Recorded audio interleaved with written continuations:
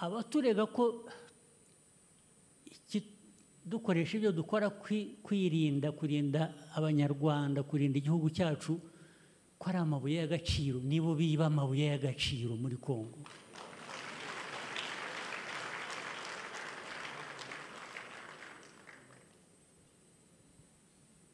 Ibi bihugu bikize byo hanze byirirwa bivuga ubusa. Erega narababwiye,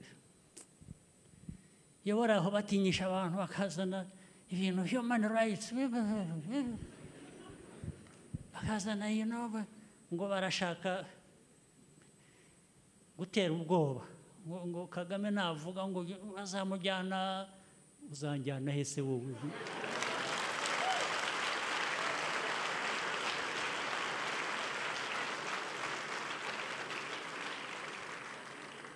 Wamvana he ko nza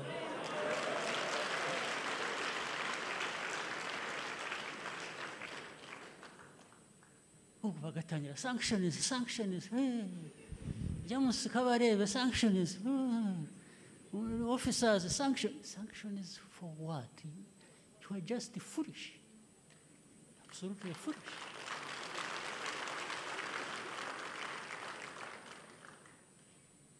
Anybody dares ugatangira wahuye ugatanga lessons, little boy, little girl, kunuko wava mu Europe cyangwa America cyangwa Canada, buratanga lessons. What lessons?